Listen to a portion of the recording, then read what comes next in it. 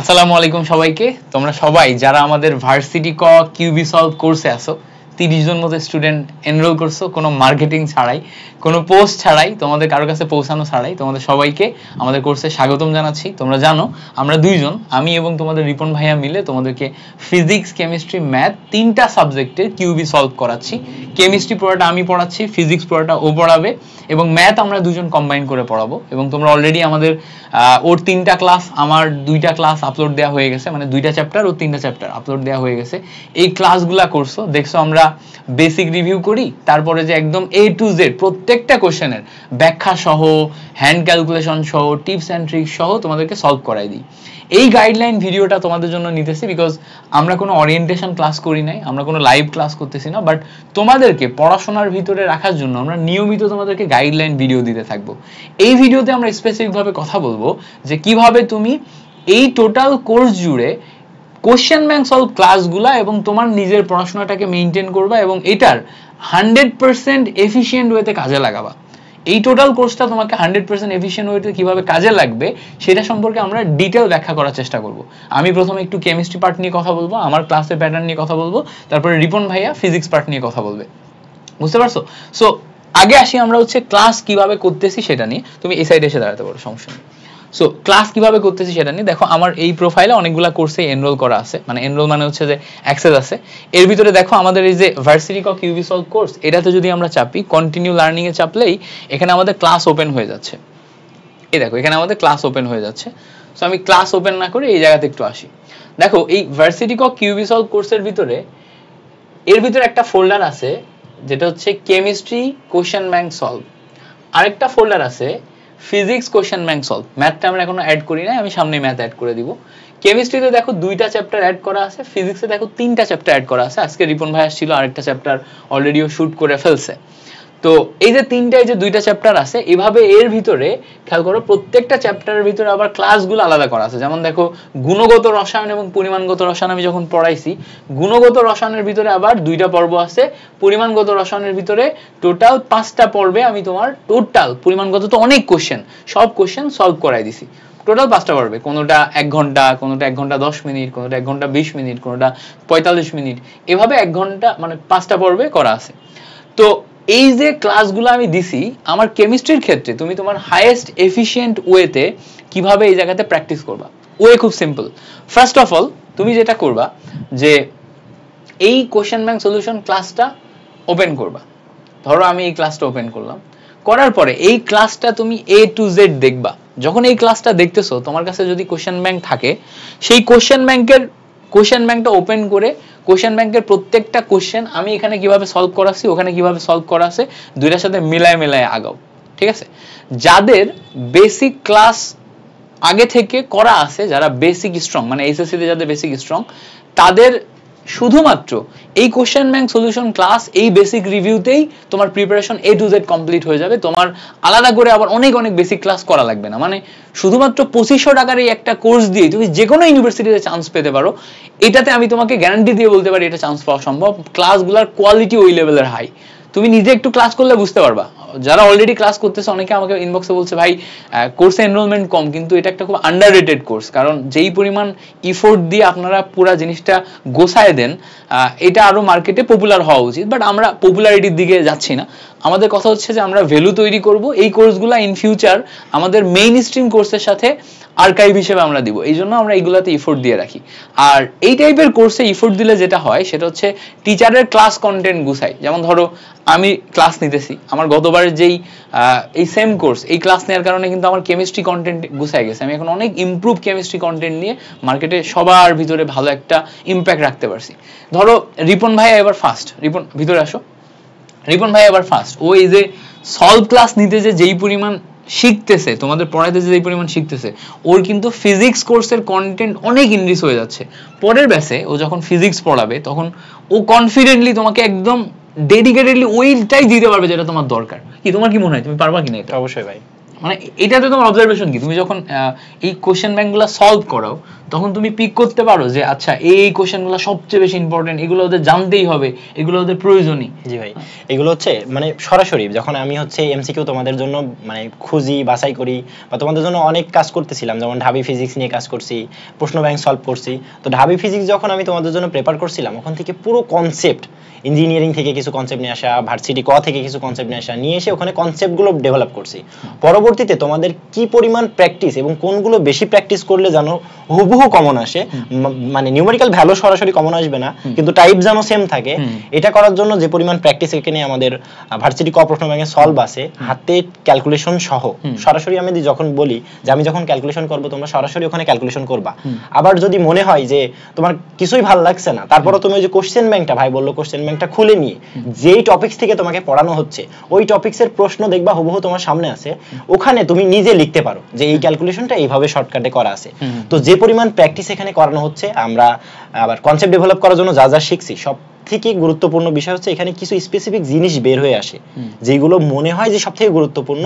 এই এমন হতে পারে যে আমি টোটাল টপিকস বোঝানোর পরে আমার কাছে টোটাল 150 টপিকস আসছে, এটা ধরে নিলাম। তো ওই 150 টপিকসের ভিতরে আমি বলতে পারি যে এখানে 60টা টপিক সবথেকে গুরুত্বপূর্ণ যেখান থেকে আসবে, এবং ওইটা আমার চান্স পাওয়ার বেসমেন্ট তৈরি করে দেবে। মানে ধরো এরপরে তুমি কত ভালো করবা, কত বেশি পড়বা তার উপর ডিপেন্ড করে তোমার র্যাঙ্ক ইমপ্রুভ হবে, বাট ওইটা তোমার চান্স পাওয়ার বেসমেন্ট তৈরি করে দিবে।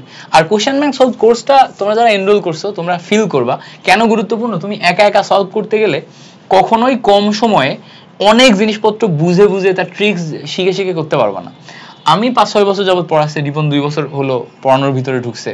সো ও নিজে যখন অ্যাডমিশনে পড়ছে তখন ওর মাথার ভিতরে যে সমস্ত ওয়েগুলা কাজ করছে, টিচারের কাছে যেগুলো শিখছে, এখন যখন কাজ করতে যায় বা ইউনিভার্সিটি লেভেলে পড়ার জন্য যে ম্যাচুরিটি আসছে, এখন ধরো একটা জিনিসকে সবচেয়ে এফিশিয়েন্ট অনেকগুলো অ্যাপ্রোচে কিন্তু চিন্তা করতে পারে। বাট তুমি যখন অ্যাডমিশনে কোচিং শুরু করছো তুমি চাইলেও অত অ্যাপ্রোচ শুরু করতে পারবে না, বা তোমার জন্য এফিশিয়েন্ট অ্যাপ্রোচ কোনটা হবে সেটা খুঁজে বের করতে পারবে না। তো সেই ক্ষেত্রে যেহেতু অ্যাডমিশন টেস্টটা একটা ট্রেনিং এর পাথ, মানে ধরো এখানে তুমি আইনস্টাইন হইতে আসো না, এখানে তুমি ট্রেনিং করে একটা ট্রেন ঘোড়া হইতে আসছো, যেই ট্রেন ঘোড়া রেসে সবার আগে পৌঁছাবে, এইটুকুই। এরপরে তুমি রেসে পৌঁছানোর পরে একবার তুমি জিতে গেলে এরপরে তুমি ঢাবিতে ঢুকো, রিপনের মতো পছন্দের সাবজেক্ট নিউক্লিয়ার ইঞ্জিনিয়ারিং নাও, তারপরে তুমি ওইদিকে ক্যারিয়ার তৈরি করো, তুমি নিউক্লিয়ার সায়েন্টিস্ট হও, তুমি অন্য কোনো সায়েন্টিস্ট হও, তুমি পিএইচডি করো, তুমি ফিজিক্সে অরিন্দম ঘোষ হও, ঠিক আছে, সরি। সো তারপরে যে তুমি যা করো করো, বাট রেসটা তো তোমার আগে জেতা লাগবে, এর জন্য তোমাকে ট্রেইন হওয়া লাগবে। আর ট্রেনিং এর জন্য এই ক্লাসগুলো তোমাকে অনেক হেল্প করবে। তা আমি যেটা বলতেছিলাম, কেমিস্ট্রিতে প্রথমে এই ক্লাসগুলো করবা, করার পরে কোশ্চেন ব্যাংকটা বের করে যদি তোমার কাছে পিডিএফ থাকে পিডিএফ দেখে দেখে, বা হচ্ছে যে তোমার কাছে যদি প্রিন্টেড ফাইল থাকে প্রিন্টেড দেখে দেখে, বা যদি তুমি উদ্ভাসে কোশ্চেন ব্যাংকটা কালেক্ট করতে পারো ওইটা দেখে দেখে, একটা রাফ খাতা নিয়ে রাফে বারবার ক্যালকুলেশন করতে পারো, বা ওই বইয়ের পাতার ভিতরেই তুমি তোমার মতো করে এক্সট্রা ইনফরমেশনগুলো লিখে লিখে ওটাকে ক্যালকুলেট করে সুন্দর করে পড়ে ফেলতে পারো। এবং ট্রাই করবা এই টোটাল কোশ্চেন ব্যাংকের ক্লাসগুলো দেখে কোশ্চেন ব্যাংকটা 4 থেকে 5 বার সলভ করতে। প্রত্যেকটা চ্যাপ্টারে যেই পরিমাণ কোশ্চেন আসে, তুমি যদি টোটাল কেমিস্ট্রি দ্বারা সলভ করো, কেমিস্ট্রিতে প্রায় 4000 মতো কোশ্চেন এখান থেকে সলভ হয়ে যাবে। 4000 না হলেও প্রায় তোমার 3 থেকে 3500 মতো কোশ্চেন সলভ হয়ে যাবে। 3 থেকে 3500 কোশ্চেন সলভ হয়ে গেলে কোনো টাইপ, কোনো কোশ্চেন, কোনো কিছু বাদ থাকে না, ইচ অ্যান্ড এভরিথিং কভার হয়ে যায়। বিলিভ মি, আমার কথা বিশ্বাস করো, তুমি যদি এগুলা কভার করতে পারো কোনো টাইপ কিচ্ছু বাদ থাকে না। জাস্ট তোমাকে যেটা করতে হবে প্রত্যেকটা জিনিস খুঁজে খুঁজে করতে হবে, খুঁজে খুঁজে বের করতে হবে, প্রত্যেকটা জিনিস শিখতে হবে। তো এই ক্লাসগুলো তোমাকে অন্য লেভেলে হেল্প করবে। এই ক্লাসগুলোর এখানে আমি আরেকটা ফিচার আছে আমাদের, সেটা হচ্ছে দেখো পর্ব 1 পর্ব 2তে দুইটা পর্বে আমরা গুণগত রসায়ন কভার করছি, আরেকটা পর্ব আসবে, আরেকটু ছোট কয়েকটা টপিক বাকি আছে, 3টা পর্বে যাবে। বাট আমরা যখন কোশ্চেন ব্যাংকটা ডেভেলপ করছি তখন আমাদের উদ্ভাসের আপডেটেড কোশ্চেন ব্যাংকটা ছিল না, আমাদের কাছে নতুন যে কোশ্চেন ব্যাংকটা ছিল সেটা আগের বছরেরটা। তো কোশ্চেন ব্যাংকটা তোমার হচ্ছে যে স্ক্যান করায়, ওটা দিয়ে স্লাইড বানায়, টোটাল ইয়াটা করতে, ইকোসিস্টেমটা ডেভেলপ করতে আমাদের প্রায় 20,000 মতো টাকা খরচ হয়েছে। সো এই যে 20,000 টাকা খরচ করে আমরা এটা বানাইলাম, এটা যদি আমরা 2 মাস আগে না বানাইতাম তখন আমরা এখন কোর্স লাইভ করতে পারতাম না, এই মোমেন্টে আমরা প্রেশার নিয়ে পারতাম না। তো এখানে আমাদের ভুল যেটা হয়েছে, আমরা আপডেটেড কোশ্চেন ব্যাংক যে উদ্ভাস চেঞ্জ করবে কিছুটা প্যাটার্ন, এটা আমরা বুঝতে পারি নাই, এবং তোমার 24-25 সালের বিগত সালের কোশ্চেনগুলা আমরা অ্যাড করতে পারি নাই। তো এই জন্য আমরা ডিসিশন নিছি যে 24-25 সালের রিটেন এবং এমসিকিউ যে কোশ্চেনগুলো আছে ওগুলোর জন্য সলভ আমরা একটা করে আলাদা পর্ব করব। যেমন ধরো পরিমাণগত রসায়নের টোটাল 5টা পর্বে আমাদের ফুল চ্যাপ্টার সলভ করা আছে, এবার লাস্টে আমরা দিব যে 24-25 সালের পরিমাণগত সলভ বা পরিমাণগত 24-25 কোশ্চেন সলভ, ওইটার ভিতরে শুধুমাত্র তুমি 24-25 সালের সব কোশ্চেন পাবা। অর্থাৎ তুমি যদি চাও টোটাল বিগত বছরেরটা সলভ না করে শুধুমাত্র হচ্ছে যে 24-25 দেখবা, তাহলে তোমার এতগুলা ক্লাস না করে শুধুমাত্র ওই ক্লাসটা করলেই হয়ে যাবে, ঠিক আছে। আবার আমরা চাইলে শুধুমাত্র 24-25 কোশ্চেনগুলা সব চ্যাপ্টার থেকে বের করে নিয়ে তোমাদের আলাদা করেও দিয়ে দিতে পারবো, এমন ভাবে প্যাটার্নটা সাজানো যাবে। আবার 24-25 পিডিএফ গুলাও আলাদা করে, ক্লাস নোট গুলাও আলাদা করে তোমাদেরকে প্রোভাইড করা যাবে। সো আমার মনে হয় যে জীবনে কিছু কিছু জিনিসের যেই ব্যারিয়ার্স থাকে এটা মানে হিতে লাভই করে। এটা যেভাবে সাজানো হচ্ছে তোমাদের জন্য লাভ, আমাদের জন্য লাভ। সো বিগত বছরের মানে শুধুমাত্র 24-25 সালের যে সলভগুলো এগুলো আলাদা হয়ে যাচ্ছে, এটা সব দিক দিয়ে তোমাদের জন্য লাভই করবে। সো এটা ছিল হচ্ছে কেমিস্ট্রি নিয়ে আমার কথাবার্তা। কেমিস্ট্রি আমার সাথে প্রত্যেকটা চ্যাপ্টার কভার করো।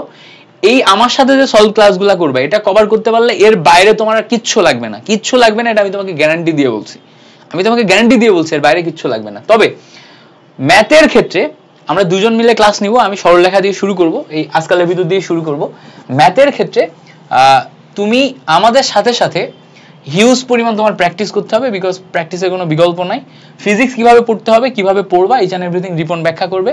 ম্যাথের ক্ষেত্রে আমি যে চ্যাপ্টারগুলো নিব সেগুলোতে কোনগুলা পড়বা, কোনগুলাতে বেশি ফোকাস করবা, কোনগুলা লাগবে, এগুলো আমি তোমাদেরকে আলাদা করে বলে দিব, ক্লাসেই বলে দিব, ক্লাসটা ফলো করলেই হবে। রিপন তুমি হচ্ছে যে বাকি ব্যাপারগুলো নিয়ে কথা বল। দেখো ফিজিক্সের বেলায় মানে ফিজিক্সকে তুমি সবার উপরে যদি প্রায়োরিটি দাও, ফিজিক্সে শুধুমাত্র 3টা জিনিস করলে ফিজিক্স পুরোটা কভার করতে পারবা। একটা হচ্ছে কনসেপ্ট, 1 নাম্বার কনসেপ্ট তোমার ক্লিয়ার থাকা লাগবে, ফর্মুলার মানে যে সব ফর্মুলা আছে চ্যাপ্টার ভিত্তিক এগুলো তোমার কাছে একদম পরিষ্কার থাকা লাগবে। দ্বিতীয়ত এইগুলো অ্যাপ্লাই করার পরে তোমাকে প্র্যাকটিসে চলে যেতে হবে। এটা হচ্ছে মোস্ট ভাইটাল পয়েন্ট, যে প্র্যাকটিস তোমাকে করাই লাগবে। এবং তোমার কাছে যখন এইচএসসি তোমার ফিজিক্স ছিল সেখানে তোমার কাছে ক্যালকুলেটর ছিল, তুমি ফর্মুলা জানতে ক্যালকুলেটরে মান বসাচ্ছ পারছো, কিন্তু এখানে তুমি ফর্মুলা জানো কিন্তু কিছু কিছু ম্যাথ আছে, কিছু কিছু দশমিক দিয়ে ম্যাথ আছে যেগুলো তুমি সরাসরি করতে পারবা না। দশমিকটারে তুলে কিভাবে পূর্ণ সংখ্যায় নিয়ে আসবা, আবার পূর্ণ সংখ্যারে কিভাবে তুমি তোমার সহজ করার জন্য তুমি কিভাবে দশমিকে নিয়ে যাবা, সরাসরি ভাগ গুণ, এগুলো প্রত্যেকটা বিষয় আলাদাভাবে হাতে করে ক্যালকুলেশন শেখানো হচ্ছে। সো প্র্যাকটিস যখন তোমাকে প্রত্যেকটা জায়গায় ধরে ধরে শেখানো হবে, সেখান থেকে তুমি কি করবা, নিজে নিজে ক্যালকুলেশন করবা। এটা হচ্ছে তোমার প্র্যাকটিস পয়েন্টে। দ্বিতীয়ত তোমার যখন হচ্ছে ফার্স্টে তোমার কনসেপ্ট ছিল, দ্বিতীয়ত তোমার ছিল হচ্ছে প্র্যাকটিস। এই দুইটা হওয়ার পরে তোমার ধৈর্য ধারণ করা লাগবে। ধৈর্য বলতে শুধুমাত্র ধৈর্য ধরে বসে থাকলাম আর কিছু করলাম না এমন না, যে কনসেপ্ট আর প্র্যাকটিস তুমি করে আসছো ওই প্র্যাকটিসটারে আবার তুমি অ্যাপ্লাই করো। প্রথমবার তুমি করছো ভাইয়ার সাথে, ভাইয়া সলভ করছে তুমি দেখে দেখে করছো, কিন্তু পরবর্তীতে ভাই বাদ এবার তুমি একলা, তুমি একা একা সলভ করো এগুলা ধরে ধরে। দেখো প্রথমে যখন ভাই হচ্ছে এই পুরোটা বোঝালো, আমি ফিজিক্সের এটাই আসি। দেখো ফিজিক্সে তোমার হচ্ছে ভেক্টরে 2টা ক্লাস দেওয়া আছে। ভেক্টরের প্রথম ক্লাসে যখন তুমি যাবা তখন এখানে দেখবা যে শুরুতে তোমাকে হচ্ছে বেসিক বোঝানো হয়েছে।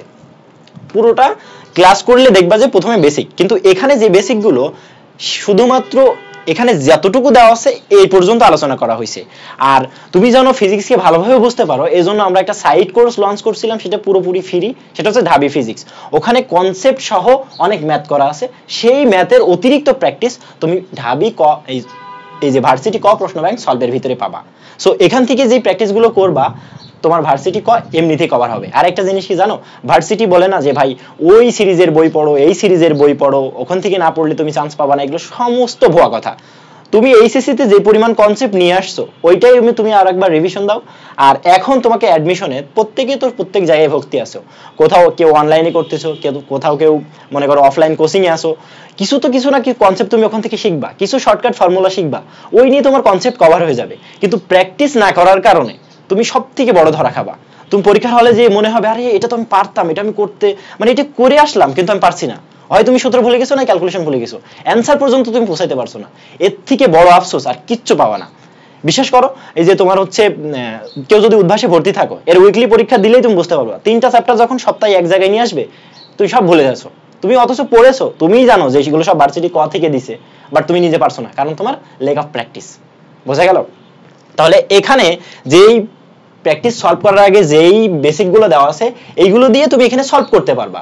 অতিরিক্ত বেসিক নেওয়ার জন্য তুমি ভাইয়ের ক্লাস করতে পারো, অনলাইন যে কোনো ক্লাস করতে পারো। তুমি যদি মনে হয় তোমার কাছে এনাফ বেসিক আছে, এইচএসসি তে তুমি কোথাও গ্যাপ দাও নাই, তাহলে তোমার বেসিক তোমার জন্য এনাফ, ঠিক আছে? এখন শুধু প্র্যাকটিসে রাখবা। তো এখন দেখো ভেক্টরে আমি 2টি ক্লাস নিয়ে এখানে শেষ করছি, কাজ ক্ষমতায় 2টি ক্লাস নিয়ে এখানে শেষ করা হয়েছে, এবং পর্যায়বৃত্ত গতিতে ঠিক একটা ক্লাসে পুরো মানে প্র্যাকটিস গুলো শেষ করে দেওয়া হয়েছে। তো এখানে কি কি আছে তোমার ভাই, এই এখানে দেখো এক একটা জায়গায় টাইপ হচ্ছে তোমার প্রায় 7 থেকে 8টা করে। এখন প্রত্যেকটা চ্যাপ্টারে যদি 7 থেকে 8টা করে তুমি টাইপ পড়তে যাও, তোমার অনেক অনেক মনে হবে যে টাইপগুলো অনেক বেশি, অনেক ম্যাথ, তুমি সব ভুলে যেতে পারো। তো এখানে কোন টপিকসটা সবথেকে গুরুত্বপূর্ণ এটা আমরা ট্রিপল স্টার করে করাচ্ছি, এবং ওখান থেকে হাতে ক্যালকুলেশন কোন টাইপের আসে, কোনগুলো বেশি বেশি আসে আর কোনগুলো শিওর আসবেই এবং আসে, এগুলো আমরা জোর দিয়ে পড়াই, বুঝতে পারছো? আর ম্যাথের কথা যদি বলি, ম্যাথে একই জিনিস, তবে ম্যাথের ফর্মুলার দিকে একটু বেশি নজর দিতে হবে। এমন হয় ম্যাথের যেই জিনিসগুলো তোমার কাছে দেওয়া আছে সেগুলো দেওয়া থাকলে তুমি সহজে অ্যান্সার করতে পারো না। কারণ ম্যাথের হচ্ছে আমি 2টা জিনিস ফলো করতাম, একটা হচ্ছে কি দেওয়া আছে আর কি চাইছে আর আমি কার সাথে কম্বিনেশন করব, এই 3টা জিনিস। কি দেওয়া আছে প্রশ্নে, কোন ফর্মুলা আমাকে অ্যাপ্লাই করতে হবে, কিভাবে, ঠিক আছে? তো প্রথমে যেটা বলবো, ম্যাথের প্রত্যেকটা ফর্মুলা তোমার জানা লাগবে, এবং সেটা আমরা এখানে প্রত্যেকটা জায়গায় শিখিয়ে দেব। ম্যাথের প্রত্যেকটা স্লাইড আমরা এভাবেই বানাচ্ছি যেন তোমার ম্যাথে কোনো সমস্যা না থাকে। আর রিটেনের জন্য এখানে যে রিটেন দেওয়া আছে সেটা পর্যাপ্ত না। রিটেন পড়ার জন্য তোমাকে মেন বুক ফলো করা লাগবে, ঠিক আছে?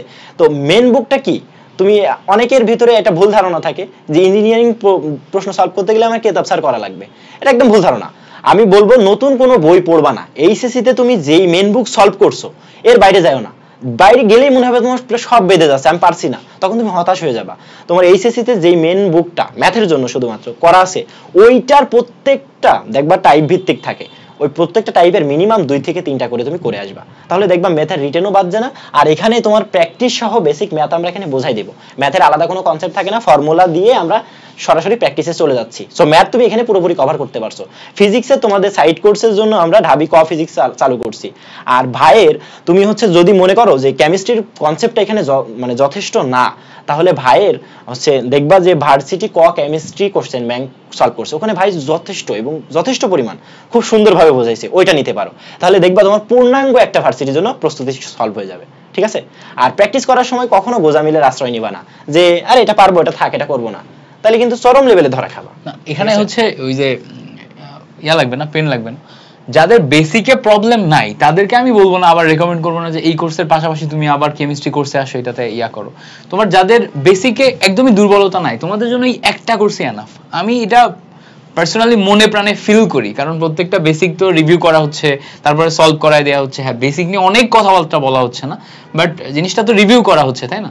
তো আমি যখন হচ্ছে তোমার কেমিস্ট্রি ক্লাসগুলো নিতেছি, কেমিস্ট্রি ক্লাসে কিন্তু একটা বড় সময় নিয়ে 20 মিনিট 30 মিনিট আধা ঘন্টা 40 মিনিট নিয়ে একটা বেসিক রিভিউ করা হয়, পুরাটা বোঝানো হয়, জিনিসটা ঢোকায় দেওয়া হয় ব্রেনের ভিতর, তারপরে যে আমরা ওটার সলভ করি, 1টা 2টা 3টা 4টা 5টা করে সলভ করি, বা 2টা 3টা করে সলভ করতে করতে দেখা যাচ্ছে যে টোটাল একটা চ্যাপ্টারে আমরা কোশ্চেন সলভ করছি 40-50টা মতো, আর ম্যাক্সিমামই আমরা ফর্মুলা থিওরি বেসিক যা যা লাগে সব গুছাই দিছি।